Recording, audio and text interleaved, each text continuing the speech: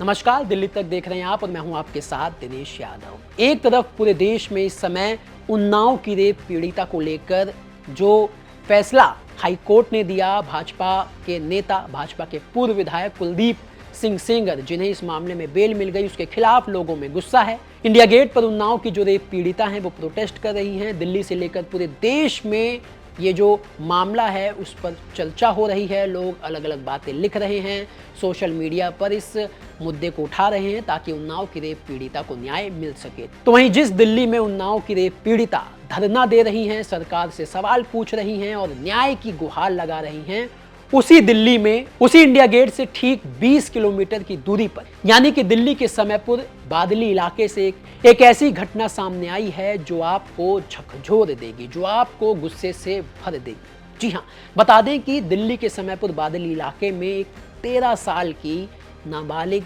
बच्ची के साथ जो है वो 2 लोगों ने मिलकर गैंगरेप किया।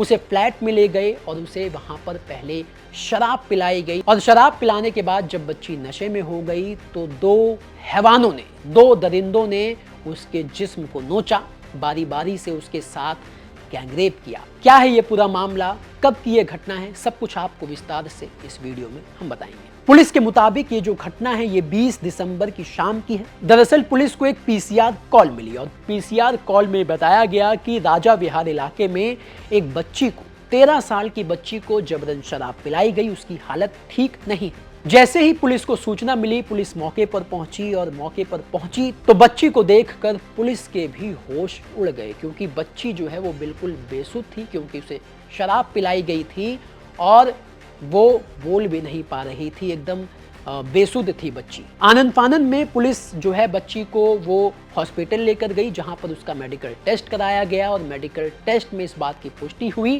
कि बच्ची के साथ गैंगरेप हुआ है। अब इस घटना के बाद जब पुलिस ने बच्ची का बयान लिया तो बच्ची ने पुलिस को जो बयान दिया उसे सुनकर आपका मुंह कलेजे को आ जाएगा।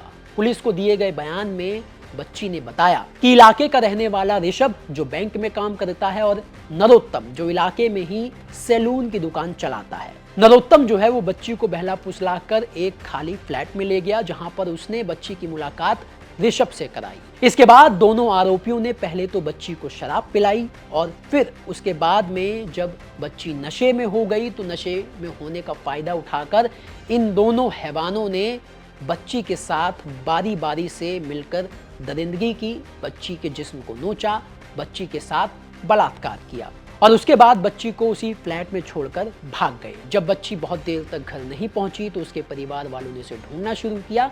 तब किसी ने बताया कि उसने आखिरी बार बच्ची को उस फ्लैट की तरफ जाते हुए देखा था। उसके बाद जब परिवार वाले इलाके के लोगों के साथ उस फ्लैट में पहुंचे तो उनके होश उड़ गए। तुरंत पुलिस को इसकी जानकारी दी गई, जिसके बाद इस पूरे मामले का खुलासा हुआ।